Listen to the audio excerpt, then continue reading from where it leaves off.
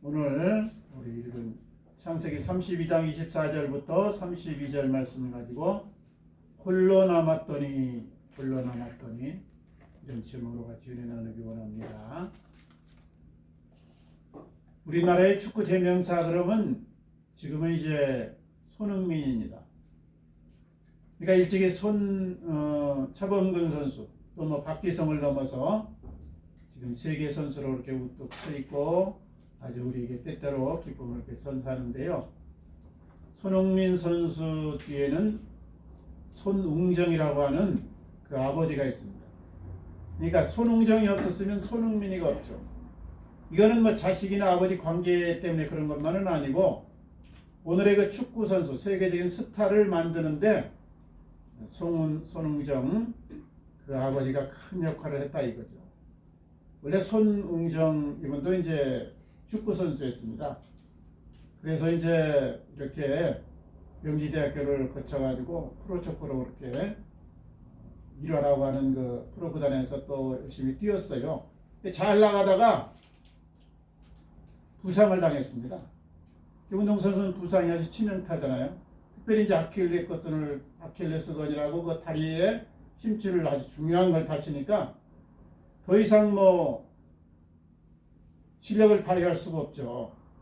프로세그에서는 조금만 차이가 바로 밀려나는 건데, 그래서 할 수 없이 이제 타이반으로 은퇴를 해가지고, 다른 건 잘 모릅니다. 축구밖에 모르다 보니까 할 게 없어요. 그래서 막노동을 하면서 컨테이너에서 아내와 두 아들과 함께 살면서 외롭고 고독한 시간을 보냈어요.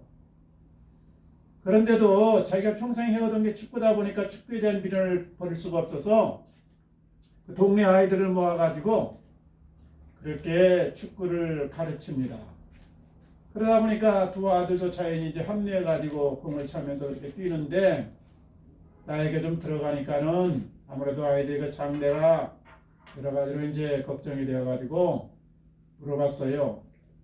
얘들아, 축구는 그냥 우리가 이렇게 공을 차면서 즐기는 놀이로서는 괜찮은 것이지만 정말 이것을 프로로서 우리가 뛰려고 하면 굉장히 어렵고 힘든 것이란다. 고비도 많고 나름대로 외롭기도 하고 여러 가지 걸림돌도 있단다. 그런데도 너희들이 한번 해보겠느냐 그랬더니 큰아들 그리고 이 작은아들 손흥민이가 예, 우리는 어떤 어려움이 오더라도 축구를 좋아하니까 한번 열심히 뛰어보겠습니다. 그래 그러면 마음을 단단히 먹어라. 그래가지고 그 동네 애들과 함께 이제 이 축구를 가르치는데요. 손흥정 씨는 다른 사람과 뭐 어울리는 것도 잘하지만은 그것보다는 나 홀로의 시간을 많이 가집니다. 그래서 고독한 시간을 좀 많이 가졌다 이거죠. 프로축구에서 밀려나가지고 생활도 어렵고 막노동하고 컨테이너에 살고 있지만은 나름대로 공부를 열심히 합니다. 그래서 이분은 지금도 그러는데요. 책을 사가지고요. 평균 하루에 한 권씩을 읽어요. 어떨 때는 막 3권도 있습니다. 얇은 거는. 그래가지고 그걸 또 일일이 메모를 하고 중요한 요점을 밑줄을 그고 또 다른 노트에 적어놓습니다. 그래서 계속 공부를 해요. 그러다 보니까 아이들에게 가르치는 것이 너희가 정말 중요한 것은 인격이다. 그래서 어떤 경우에도 너희는 겸손하라. 이걸 먼저 가르쳤고 두 번째는 기본기가 중요하다. 기초라는 것이 대단히 중요하다. 그래서 고등학교 되기 전까지는 손흥민에게도 발로 그냥 골을 넣는 연습을 시키지 않았다고 그래요. 혹시나 너무 과하게 과부하가 걸려가지고 발목이 상하지 않을까. 그래서 외로운 시간을 보내면서 공부하고 생각하고 그리고 실천에 적응시키면서 두 아들을 훈련시켰습니다. 그 아들은 또 부상 때문에 지금은 이제 이렇게 코치로 지금 활동하고 있는데 그중에 손흥민은 아버지의 가르침을 받아가지고 인격적인 면이나 또 기본기가 아주 특별해요. 그리고 오른발을 자유자재로 씁니다. 그러다 보니까 세계적인 스타로 이렇게 발돋움할 수가 있었던 것입니다. 영국에 앤서니 스톤이라는 분이 했어요. 인간의 불행은 홀로 있지 못하는 데서 시작된다. 고독을 즐기지 못하는 데서 시작된다. 그 의미가 있는 말입니다. 사람은 사회적인 동물이기 때문에 서로의 관계가 필요합니다. 함께 알게 모르게 얽혀서 그렇게 어울려서 살아갑니다. 그러나 때로는 이 나만의 시간 그리고 홀로의 시간이 필요합니다.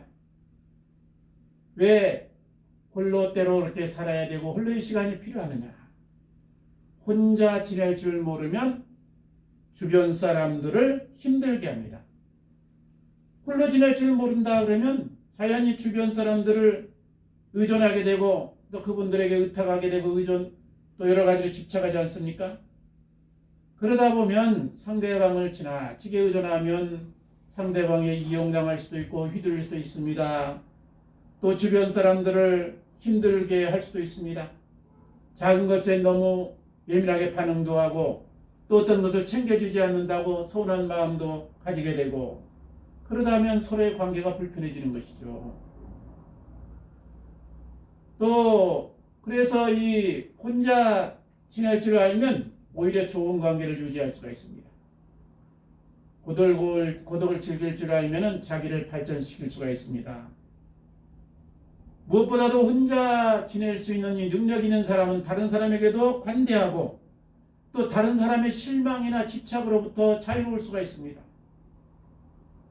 그렇다고 해서 우리가 인간관계가 줄어든다고 걱정할 필요는 없습니다. 혼자 고독의 시간을 잘 즐기는 사람에게는 주변에 좋은 사람, 유익된 사람만 남게 되는 것입니다. 그리고 이 혼자 고독의 시간을 즐기게 되면 삶의 질을 높일 수가 있습니다. 내 삶의 질이 한 단계 업그레이드 된다. 세상에는 TV도 있고 떠드는 소리도 있고 유튜브도 있고 메신저도 있고 여러 가지 소음들이 많아서 스스로 홀로 생각할 이 여건을 뺏어가 버립니다.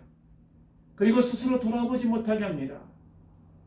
그런데 혼자 지내다 보면 생각을 깊이 할 수 있고 다각도로 할 수 있고 그러다 보면 내가 내실이 귀해지고 또 단단해질 수가 있는 것입니다. 그리고 새로운 것을 찾아서 도전하기 활력도 능력도 생겨날 수가 있는 것입니다. 결국은 이 삶의 질이 높아지는 것이죠. 그래서 강해지고 싶다고 하면 혼자 되는 법에 익숙해야 됩니다. 또 창조적인 사람이 되려고 하면 혼자만의 시간을 잘 활용해야 됩니다. 정말 행복한 사람이라고 하면 혼자 있어도 행복한 사람을 말하는 겁니다. 그러면 우리가 그냥 홀로 있는 것으로 되느냐, 혼자 있어서 그냥 무기력하게 잠만 자거나 아무것도 안 하고 무상으로만 있는 것이 좋으냐? 그건 아닙니다. 홀로 있으면서 할 것이 있습니다. 먼저 첫 번째 할 일은 나 스스로를 세우면서 위로하기 바랍니다. 나 스스로를 세우면서 위로를 하자. 세상에서 가장 중요한 것은 누구입니까? 나 자신입니다. 내가 없으면 너도 없고 세상도 없습니다. 지구도 필요 없습니다. 환경도 필요 없습니다. 여건도 필요 없습니다. 내가 무너지면 다 무너지고 마는 것입니다. 그렇기 때문에 내가 참 중요한데 나를 바로 세우고 더 잘 힘있게 평안하게 세워야 되는 것이죠. 우리 원래 하나님이 우리를 처음 지으실 때는 하나님의 이 보시기에 참 좋았더라 그랬어요. 참 좋았더라. 이 말은 원래의 나는 참 건강했습니다. 또 원래의 나는 아주 순수했습니다. 부족함이 없었습니다. 혼자 있어도 행복했습니다. 그러나 세상에 죄가 들어오고요. 이리 차이고 저리 흔들리고 저리 찔리고 그러는 가운데 내가 때가 묻고 또 오염되고 일그러졌습니다. 상처가 생기고 지쳐서 활력을 점점 잃어가게 되었습니다. 한마디로 말해서 하나님의 형상을 잃어버리게 된 것이죠. 이런 나를 그대로 놔두면 내가 어디로 튈지 모릅니다. 어떤 엉뚱한 일에 빠져들지 모릅니다. 순수함을 잃어버릴 수도 있고 무기를 들 수도 있고 까딱 잘못하면 자폭할 수도 있는 것입니다. 그래서 회복이 필요합니다. 나에 대한 위로가 필요한 것입니다. 그래서 내가 회복되고 바로 서면 다시 원래 하나님의 형상으로 내가 되돌아갈 수가 있는 것입니다. 나를 위로하고 힘을 공급해야 됩니다. 그러면 어떻게 힘을 공급하고 나를 위로하느냐? 우리가 나를 위로한답시고 술집을 찾아가거나 고장을 찾아가거나 아니면 몸에 안 좋은 거 자꾸 들고 또 게임장이나 카지노 같이 엉뚱한 것을 찾게 되면 처음에는 좀 괜찮은 것 같다가 오히려 더 스트레스만 쌓이고 불안만 쌓이고 더 아주 압박을 받는 것이고 더 어려워지는 것입니다. 그러니까 순하고 건강하고 긍정적인 쪽으로 나를 위로해 가는 것이 필요합니다. 그래서 너무 힘들면 푹 쉬거나 잠을 잘 수도 있습니다. 또 몸에 좋은 거 먹으면서 좋은 경치 바라보면서 둘레길도 돌고 산책도 하고 여유가 있으면 또 가까운 곳에 여행도 하고 또 시간이 나면 찬양하고 흥얼거리면서 노래도 부르고 좋은 취미생활도 하고 취미도요 이게 부정적이거나 나쁜 거 하면 안 됩니다. 취미랍시고 막 저 히말라야 3,000, 8,000m 막 그 눈 덮인 얼음 덮인 산봉우를 올려나고 목숨을 걸 필요는 없어요. 또 아주 위험한 말이죠. 스포츠 막 윙스위트라는 옷을 입고요. 쌩쌩 날아다니는데 그 사고율이 60%입니다. 그러니까 10명이면 6명이 불구가 되거나 죽었다 이 말이죠. 그런 위험한 스포츠 안 됩니다. 또 번지 점프를 한다고 막 돈 들여가지고 한 번 뛰어내리는데 한 2, 30만 원 가거든요. 그거 하면서 막 시간 낭비하고 막 스릴 즐긴다고 그러면서 갔다가 죽는 사람도 있어요. 그러니까 그런 거 하지 말고 건전하고 창조적이고 나를 세워주고 나를 위로하는 좋은 취미하면서 스스로를 위로하고 다시 회복시키면서 힐링을 해야 된다 이 말이죠. 힐링해야 된다. 홀로 있으면서 나를 바로 세우고 나를 회복시키고 나를 이렇게 아름답게 다시 만들어가자. 또 하나는요. 힐링의 차원을 넘어서 한 단계 올라서는 이 업그레이드 기회로 삼기 바랍니다. 그러기 위해서 우리가 몸도 단련하고 우리 정신도 평화롭게 하고 우리 영혼도 맑게 하고 이런 기회로 사용해야 된다 이 말이죠. 우리가 참 얼마나 좋은 시대에 살고 있습니까? 역사를 이렇게 또 세계사를 공부하다 보면요. 지금처럼 좋은 시대가 없어. 지금처럼. 우리 대한민국처럼 이렇게 안전한 나라가 없어. 참 얼마나 감사한지. 내가 조금만 마음을 먹으면요. 인생을 알차게, 값지게, 멋있게, 즐겁게 살 수 있습니다. 그래서 조금만 생각을 넓히고 내가 결심만 하면 나를 업그레이드 시키고 인생을 아름답게 알차게 열매를 맺을 수 있다 이 말이죠. 먼저는 이 건강관리 제가 늘 말합니다만 건강관리 잘하기 바랍니다. 옛날 조선시대의 왕의 수명은 우리나라의 경우 46세. 그럼 서민의 수명은 뭐냐? 34세. 왜냐 그때는 전쟁이 많았고요. 아주 이 먹는 문제가 심각했습니다. 그리고 여러 가지 질병이 많았어요. 그래가지고 일찍 죽었습니다. 보통 아이들 7, 8명 나면 그 집에서 한두 명은 일찍 죽지 않습니까? 그래서 평균 수명이 40세를 못 넘겼어요. 이거는 우리나라뿐 아니고 유럽도 마찬가지입니다. 1800년대까지 유럽의 평균 수명이 35세. 그러니까 30대 전후에 그냥 죽었다 이거죠. 오늘은 대충 우리나라가 지금 80세, 80.5세거든요. 평균 나이가. 그러니까 얼마나 장수시대입니까? 우리 김형석 교수 같은 분은 104세, 장병두 할아버지 같은 분은 107살인데 지금도 활발하게 활동합니다. 장병두 할아버지는 저 강원도 쪽에 사는데요. 그 임실 거기 그쪽에 계시고 또 강원도 또 계시는 딴 분 계시네. 그분들 농사하면서 지금까지 건강하게 살아요. 아주 멋쟁이입니다. 근데 이런 분은 뭐냐? 관리를 했다지. 관리하고 조심조심 미리미리. 이 몸이 망가지면 다시 회복하기가 쉽지가 않습니다. 특별히 나이 들면 그래요. 그러니까 그러기 전에 미리미리 관리해야 된다. 우리나라 지금 100세 넘은 분이요. 한 2만 1,411명이다 그래서 2만 1,411명. 이거 이제 작년 통계인데 작년 8월 통계인데요. 그 중에 3분의 2가 여자고 3분의 1이 남자입니다. 여자가 이제 훨씬 많이 살아요. 여자의 평균 수명은 86.5세, 남자의 평균 수명은 80.5세. 조금 올라갔어요. 전체 평균은 83.5세인데요. 건강 나이는 얼마냐? 그러니까 팔팔하게 활동하면서 보람되게 사는 나이는 66.5세다 나왔어요. 66. 그러니까 대략적으로 한 17년간을 골골골골 하면서 산다 이 말이죠. 얼마나 안타깝습니까? 요양원에서 겨우 목숨 부지한 분들도 있고 그저 집에서 이렇게 수발받아가면서 사는 분 제대로 이제 역할을 못하는 거죠. 그런데 우리 누구나 다 소원은 팔팔하게 살다가 2, 3일만 이렇게 시름시름 하다가 유언하고 갔으면 좋지 않나요? 그러려면 어떻게 해야 되느냐? 그냥 놔두면 안 된다. 이게 그냥 놔두면. 관리하시기 바랍니다. 관리. 체력 단련도 하고 몸에 좋은 것 취하고 나쁜 것 차지하고 그리고 늘 긍정적인 마음을 가지세요. 나 빨리 죽어야지. 아유 나이 먹으니까 힘드네. 이렇게 하지 말고 늙는 것도 괜찮다. 하나님이 부르는 그날까지 멋지게 살다 가자. 그리고 노후 경제도요. 노후 후에 거처라든가 또 경제관념도 미리미리 다 생각을 해야 됩니다.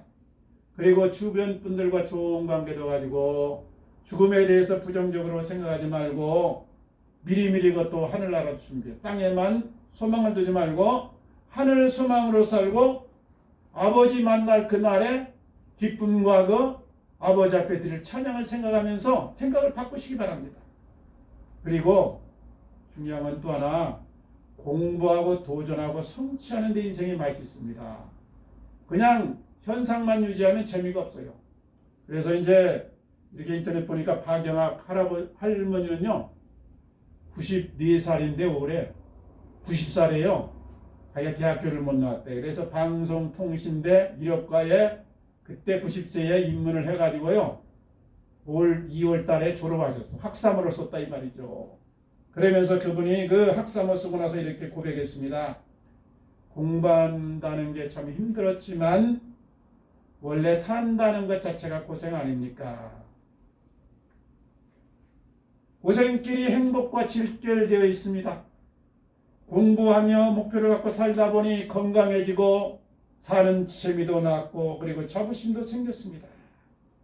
나이에 얽매이지 말고요. 쓸데없는 것에 도전장 내지 말고 나 히말라야 뭐 8600고지 한번 올라보겠다. 아니면 윙스위트를 입고 한번 내가 스릴을 즐겠다. 이런 거 하지 말고 번지점프 하겠다. 이런 거 하지 말고 건전한 것에 자꾸 도전하면서 그리고 힘차게 나가길 바랍니다. 그러면 인생이요 거기서 성취도 있고 재미도 있고 사는 맛도 있습니다. 그리고 우리가 재밌게 살 때에 다른 사람과의 관계도 좋아지고 우리가 사는 이 맛도 증가되는 것입니다. 그리고 정말 중요한 것은요 우리가 하나님 앞에 홀로 서는 것입니다. 하나님 앞에 홀로 서자. 오늘 말씀 우리 창세기 32장 24절 이하의 말씀은 우리가 잘 아는 대로 야곱에 대한 이 내용의 말씀인데요. 야곱이 이제 형을 속이고 또 아버지를 속이고 그래가지고 이제 쫓기는 신세가 돼가지고 어머니의 그 권고를 따라서 밭다람으로 갑니다. 20년 동안 그렇게 고생하고 어렵게 살면서 한 재산 모아가지고 금이환영을 하는데 이제는 모든 것이 20년 지났으니까 잊어먹었겠지. 근데 웬걸입니까? 형이 400명의 군사를 거느리고 나온다는 겁니다. 20년이 지났는데도 형의 한이 풀리지 않아가지고 여차하면 다윗을 죽여버리겠다. 그러니까 400명을 거느리고 나오지. 400명 동원을 하면 얼마나 그 물자나 여러 가지 여건이 어렵습니까? 다윗이 야곱이 위기를 만났어요. 야든 났구나. 내가 20년 동안 고생해서 한미천 잡아가지고 금이 환영하는 이 마당에 형이 400명의 군사를 거느리고 나를 맞으러 나오다니 이거는 불길한 징조다. 갔다가만 내가 죽겠구나. 내가 인간적인 수단을 다 간구해가지고 한때는 앞서 보내고 자기는 뒤에 남았는데 홀로 남았습니다. 여차면 도망가고 숨자 이거죠. 근데 그 밤에 하나님을 만난 것입니다. 야곱이 홀로 고독 가운데서 하나님과 씨름해서 그 밤에 하나님 앞에 다시 인정받아가지고 야곱에서 간사한 야곱, 팔 뒤꿈치를 붙잡고 나왔던 야곱에서 하나님과 사람으로 겨루어야겠다는 이스라엘의 이 명예를 얻게 됩니다. 그리고 그 아침이 되었을 때 분이엘의 아침, 전능의 하나님, 창조주 하나님, 사랑하는 영적 아버지인 하나님을 만나는 이 분이엘의 아침을 맞습니다. 우리가 인생이 홀로 되었을 때, 그리고 위기를 만났을 때는 영적으로 보면 하나님을 만날 수 있는 절호의 찬스인 것입니다. 사실 우리가 이 세상에서 영원히 행복하게 살 수 있다 그러면 하나님 앞에 설 필요가 없는 것이죠. 하나님을 찾을 필요도 없는 것입니다. 그러나 안타깝게도 우리는 아무리 잘 살고 건강하게 살았어도 백년 안팎이고 언젠가는 이 세상에서 다 모든 것을 털리고 홀로 서야 됩니다. 죽음 앞에는 누구 동무도 없습니다. 지인도 없습니다. 돈도 필요 없습니다. 홀로 가서 하나님 앞에 홀로 서서 하나님 앞에 우리가 인생의 모든 점검표 그리고 인생의 모든 성적표를 내놓아야 되는 것입니다. 히브리서 9장 27절은 말씀했잖아요. 한 번 죽는 것은 사람에게 정하신 것이요 후에는 심판이 있다. 그러니까 어떻게 됩니까? 미리미리 준비를 해야 되는 것입니다. 미리미리 준비. 야곱처럼 쫓기고 막다른 골목에서 하나님 만나는 것도 복이지만은 내가 평안할 때, 아직 내가 시간이 있을 때, 아직 나이가 죽음의 문턱에 이르지 않았을 때 하나님을 미리미리 만날 수 있다면, 그래서 하나님과 친하게 지낼 수 있다면 얼마나 좋겠어요. 우리가 하나님 앞에 홀로 서면 무슨 유익이 있느냐? 먼저는 우리가 순수함을 회복할 수 있습니다. 옛날에는요, 수단이 좋은 사람이 성공했다, 부자 되었다, 그렇게 통계가 많이 나와 있어요. 수단이 좋아야 됐다.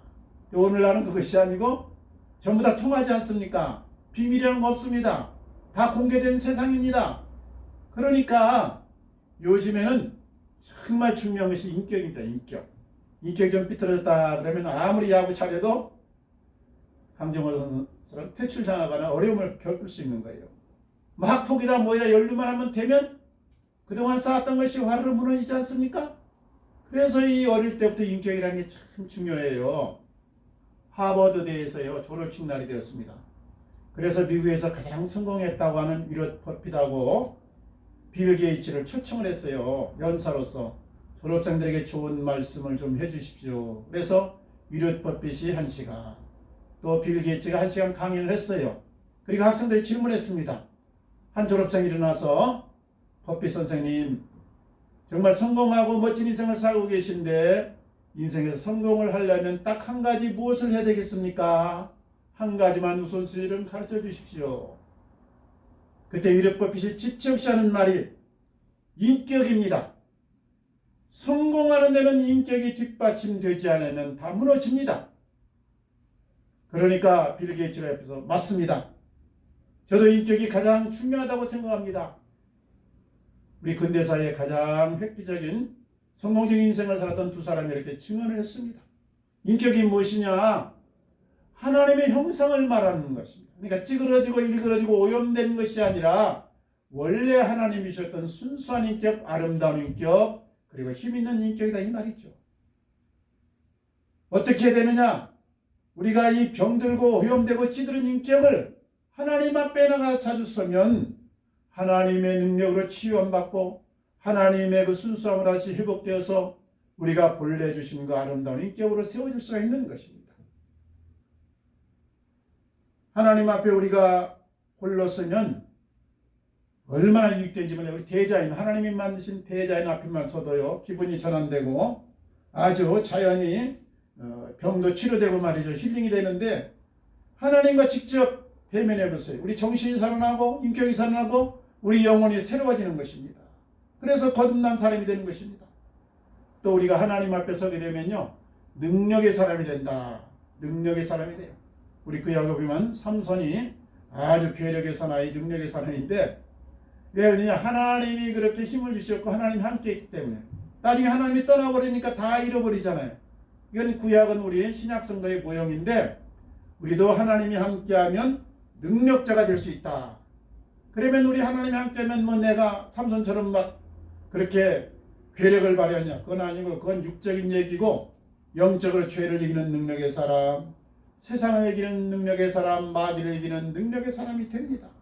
그래서 허접한 데 쓸데없는 데 매이지 않게 되고 우리가 세상에 휘둘리지 않고 인생을 아름답게 승리하면서 살 수 있는 것입니다.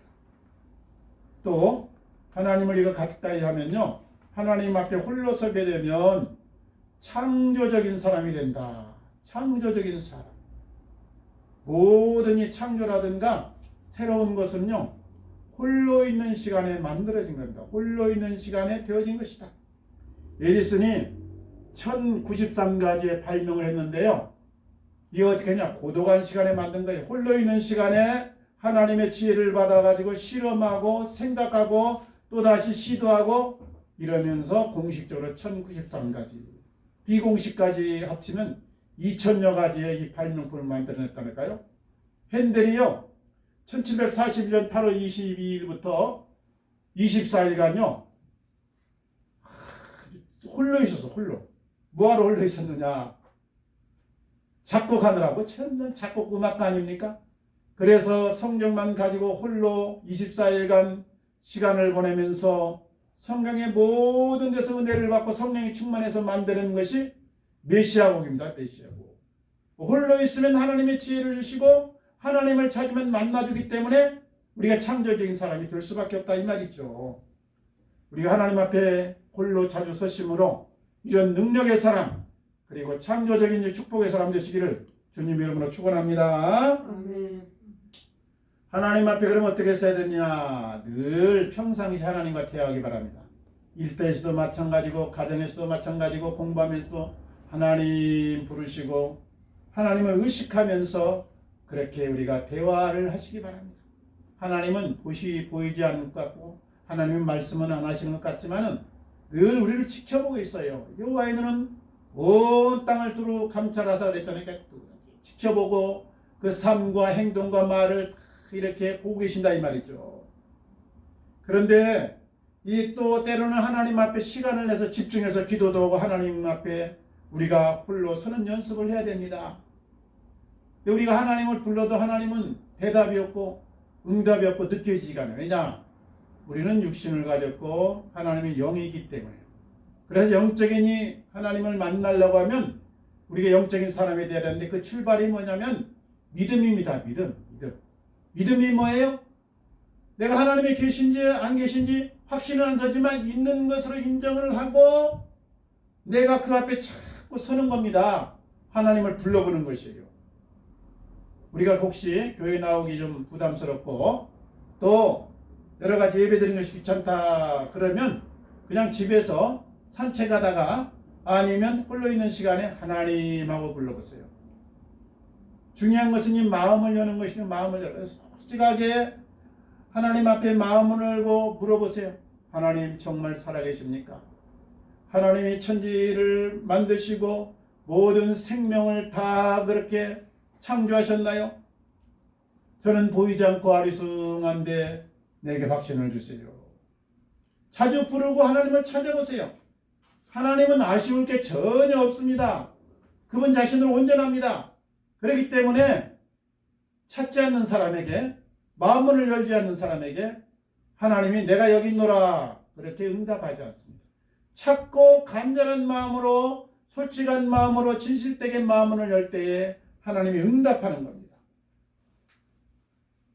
그리고 삶에서 하나님의 자녀답게 한번 살아보세요. 하나님이 실제한지 아니면 아닌지 몰라도 관계없어요. 하나님의 자녀답게 한번 살아보겠다.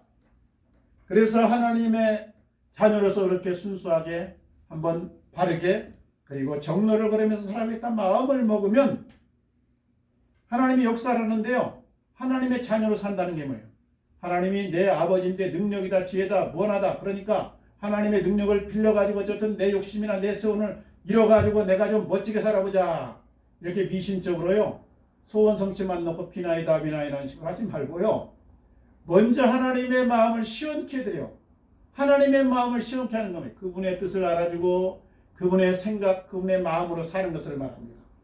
그래서 하나님 앞에 나와가지고 내 소원 이뤄주십시오. 내 이렇게 꿈, 야망 이뤄주십시오. 땡깡만 놓지 말고요. 그것도 첫 단계에서는 필요해서 하나님 앞에 나오는 이 기회가 될 수가 있지만은 그것보다는 하나님의 꿈이 무엇인가? 하나님의 뜻이 무엇인가? 내가 어떻게 하면 하나님의 자녀답게 하나님의 손발이 되어서 이 생을 살아갈 수 있을까? 한번 생각해 보세요. 그래서 나의 욕심이나 나의 의지를 꺾고 정말 하나님의 원을 따라서 살아드리는 것, 이것이 진정한 성숙한 믿음이고 하나님이 기뻐하는 이 자녀입니다. 그래서 우리가 때때로 살면서 뭘 모르면 물어보세요. 하나님, 이때 내가 어떻게 하는 것이 좋습니까? 하나님의 마음은 무엇입니까? 하나님의 소원은 무엇입니까? 이렇게 내가 마음으로 문을 열고 말로써 하나님을 고백하면서 삶으로 하나님을 기쁘게 하면서 살면 하나님은 살아계실 때 반드시 응답합니다. 그래서 우리 인생을 멋지게 하고 알차게 하고 승리의 개가를 부르게 하는 것을 믿으시기를 바랍니다. 아멘. 이야기 하나만 하고 마치겠습니다. 이민교라고 있습니다. 이민교 남자분인데요. 이분이 이제 원래 집안이 원불교 집안이에요. 그래서 어릴 때부터 원불교의 불자로서 이렇게 자라났습니다. 누님은 또 원불교의 교육자예요. 우리 교회로 말하면 전도사 같은 분이에요. 가르치는 역할을 했어요. 누나가 한 번은 저 어려운 소록도를 한번 가보자. 소록도는 이제 한센병 환자들이 주로 이제 기거하는 곳 아닙니까? 격리를 시켜놔서 그곳에만 기거하는데 원래 소록도 그 한센병 환자들이 대다수 예수를 믿어요. 왜냐하면 옛날에 그 손양원 목사님이 애영원을 하면서 그렇게 어려운 사람들 또 나 환자들을 이렇게 기거하면서 보살폈기 때문에 대다수 사람들이 예수를 믿습니다. 그런데 소록도를 방문해가지고 너무 안타까운 그 현상을 보면서 여기는 교인만 있구나. 95%가 교인이에요. 그러니까 이 소록도에 불체가 하나도 없구나. 그래서 안타까운 생각이 들어가지고 이 민교 이분이요 결심을 했어. 우리 누나는 이 도시에서 전도사로 그렇게 사역을 하지만 나는 이 어려운 소록도 와서 정말 이분들을 위해서 한번 불자 부처님의 가르침을 한번 가르쳐보자. 불교는 장애인이 된 것은, 그러니까 나 환자 이렇게 한세명이 걸린 것은 전생에 죄 때문에 업보 때문에 그렇다 이렇게 말하잖아요. 근데 기독교는 그게 아니에요. 하나님의 영광을 나타내기 위해서 이런 병이 있을 수 있는 것이다 이렇게 말하잖아요. 그래서 이 스님이 이제 돼가지고는 말이죠, 전도를 하는데 어떻게 하냐, 이왕 이 생은 이제 장애인으로 살 수밖에 없지만 어쩔 수가 없지만 전생의 업보 때문에 그렇게 살았지만은 남은 생이라도 정말 부처의 가르침을 따라서 잘 살게 되면 다음 생에는 정상인으로 행복한 몸으로 그렇고 값진 집안에 태어날 수 있습니다. 이렇게 전도를 하는 거예요. 그런데 대다수 기독교이다 보니까요, 그 씨알이 먹혀 들어가나요? 그래가지고 이제 영적인 싸움이 시작됐습니다. 이 민교 이 스님은 날마다 4시에 일어나서 법당에 나가서 소록도 이 주민들이 지금 이렇게 한센병으로 이렇게 살고 있지만 앞으로 부처님의 가르침을 잘 따라가지고 다음 생애에는 좀 정상인으로 멋지게 인생을 살게 하여 주시옵소서. 부처를 믿게 하여 주시옵소서. 이 소록도 성도들은 뭐라고 기도하냐? 아니 이거 스님이 한 번 오셨는데 예수 믿으면 행동을 모르고 예수 믿으면 인생이 열리고 새로운 아버지 길이 되고 영원한 생명을 갖는 걸 모르고 이렇게 전생 후생 탐만하니 안타깝습니다. 우리 이민교 스님께서 꼭 예수 믿게 하여 주시옵소서. 그렇게 영적인 싸움이 계속됐어요. 예수 믿는 사람은 계속 있지만은 이게 불당에 와서 남의 부탑을 찾는 불자는 없단 말이죠. 안타까운 마음에 계속 그래도 나는 끈기 있게 끝까지 나간다. 7년간을요 그렇게 새벽마다 일어나서 기도하면서 목탑을 두드리면서 돌아다니면서 가르침을 했는데 7년 어느 날 4시에 법당에 나가서 법당에 나가지고 남야무탑을 중생들을 불쌍히 해서 불처의 가르침을 받게 하여 기도하는데 갑자기 뜬모를 찬송 입에서 나옵니다. 며칠 후 며칠 후 며칠 후 며칠 후. 그래서 처음엔 그런 생각을 해서 아니 내 입에서 이상한 소리가 나오네. 노래치가 땡겨갖고 그러나? 노래치 성분이 좀 부족한가? 근데 가만히 생각해 보니까 한센 병자들이 죽었을 때 그 장례식에 따라갔을 때 부르던 찬송에 며칠 후 며칠 후 요단강 건너가 만날이 그 찬송이래요. 그래서 이게 웬일입니까 웬일입니까 그러고 있는데 입에서 갑자기 가더라더니 막 다다다다다다 이상한 소리가 나는 거예요. 방언이 터진 겁니다. 멈추려고 해도 멈추질 않습니다. 어떻게 해볼 수가 없어. 그래서 목탁을 던져놓고 그 법당을 ting공을 굴렀습니다. 정산없이 1시간이나 취소가 지났는지 모릅니다. 나중에 정신 차려보니까 눈물, 콧물, 침으로 그냥 얼굴이 뒤범벅이 되었어요. 그러면서 자기 입에서 할렐루야 나의 하나님 나의 아버지 나에게 오셨군요. 이민교 스님이 소록도 7년 사역 만에 하늘의 신 하나님이 그에게 찾아온 것입니다.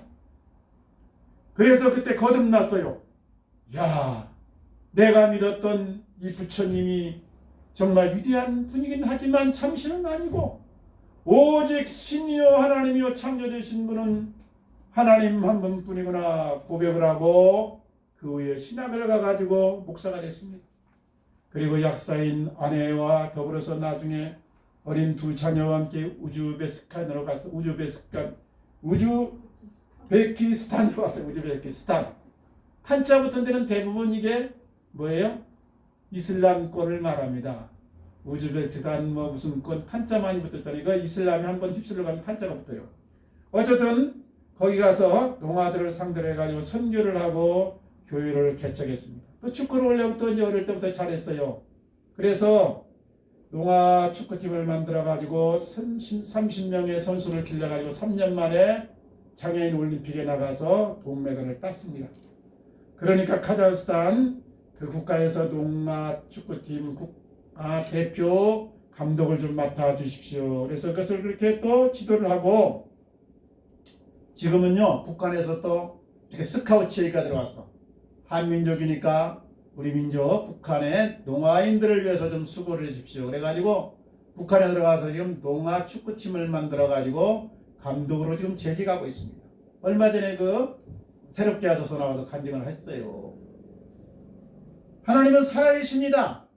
내가 진정으로 마음문을 열고 하나님 앞에 홀려서서 간절히 찾으면 그분은 나를 만나줍니다. 그리고 나에게 영원한 생명을 주실 뿐 아니라 내 인생을 값지게 사용하시고 알찬 열매를 맺게 합니다. 나를 멋진 인생으로 세워줍니다. 이런 복된 인생, 이런 삶이 넘쳐나시기를 우리 주님 이름으로 축원합니다. 아멘. 같이 기도하겠습니다. 아버지 감사합니다. 우리를 사랑하셔서